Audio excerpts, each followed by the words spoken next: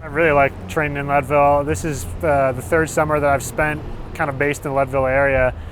You live at 10,000 feet, sleep, spend your days at 10,000 feet, and then from here you run up to 14,000 feet really easily. There's all the 14ers in the Swatch range, and this summer especially I've really been focusing on getting in high as possible, as often as possible. But Leadville itself, people always kind of ask me, or like, it's like, oh, you could be training in any mountain town, in the state. Why do you choose Leadville? I guess one is I just have a history of the town. It was where I did my first ultra, the Leadville 100, back in 2006. But also, it's not overrun by the ski industry or tourism or anything like that. Really, there's a lot more of a real feel to it, and it's quirky that way. There's no condos and not a lot of amenities, but there's everything you need, nothing more. And it's close to the Front Range too. It's only a 2-hour drive back down to Boulder, and no place else is at 10,000 feet, which is something I really like, training and sleeping high. Leadville, Colorado is this interesting place. It was booming, I don't know, 50, 60 years ago, something like that. And then the 80s it went bust, and so it kind of got very economically depressed. And this really flamboyant, sort of charismatic dude, Ken Klauber, was like, we need to do something to get the economy going here. So in 1983, he came up with the idea of doing a 100-mile race there. And I think originally they wanted to go actually from Leadville to Aspen or something, which would have been awesome.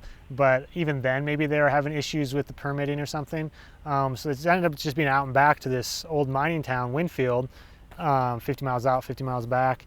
And it's funny, back in the 80s, there was a little different, like 100-mile racing was still so new because Leadville was the second one. Western States was in 74. That they didn't really care if, I don't know, 15 miles of it was on road or something, like it's just like we're running 100 miles, like the easier the better or something, rather than like looking for the aesthetic line through the mountains, that kind of thing. The course itself isn't as, I don't know, daunting or gnarly as something like, for say, Hard Rock or something like that. But it's cool because it's such a classic race and it's been around for so long. You do go over Hope Pass twice, which is a legit mountain pass, 12,600 feet. And the whole thing is above 10,000 feet. You drop Twin Lakes, you just duck under for a few minutes basically. But so it's still a really big challenge, especially because of the altitude. But yeah, in terms of the race course,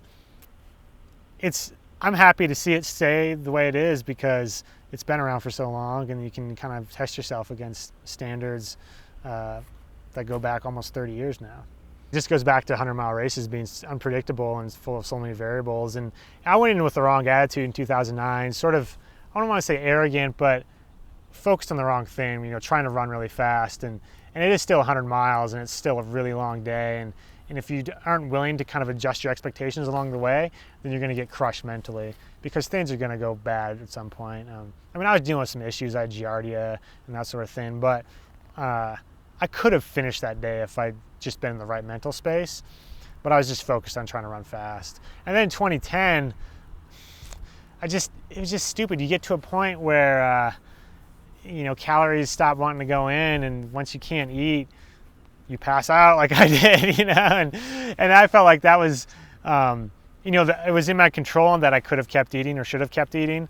But once you kind of like subconsciously make the decision not to do that, I couldn't continue anymore. Like I needed to get calories in me quickly, and so I had to get an IV and all this stuff. But yeah, it was, so I dropped out in 2009 and 2010, and that's a hugely motivating factor for me to go back. Like, there's no way I could ever end my time running in Leadville with 2 DNFs. It's just silly. Like this year, I'm willing to walk in like a 28-hour finish. It just doesn't matter. Like, I need to at least finish the race this year. This summer, I've really just been focusing on being in the high mountains as much as possible. The last time I did the race in 2010, I was living in Boulder that summer. And I didn't go into the race acclimated enough for sure, and I think that's why I kind of lost my stomach the second half and ended up dropping eventually. So this year I'm going to be extremely acclimated, which I think will help a lot in terms of maintaining a fast pace on the flat stuff, and also just being able to eat a lot of calories all day long, which is key in a 100-mile race. But beyond that, you know, last night I did kind of my first flat run, gosh, in months, you know, and that was very much with the idea of, well, I am going to be racing in Leadville. It's good to have the legs used to just, you know, doing like 7-8 minute miles in the flat instead of 18-minute miles up the side of a cliff face or something, you know, which is what I've been doing a lot more of lately. This goes back to kind of the intuitive, like less scientific side of me. I don't do anything specific for the race. You know, someone like Nick Clark, he's probably doing some speed work to get ready for Leadville, and I don't enjoy winning enough in order to do that, I guess. I'd much rather go run up a 14er any morning than do mile repeats, you know, on the track or in the park or something. So we'll see how it shakes out, but I'm pretty confident.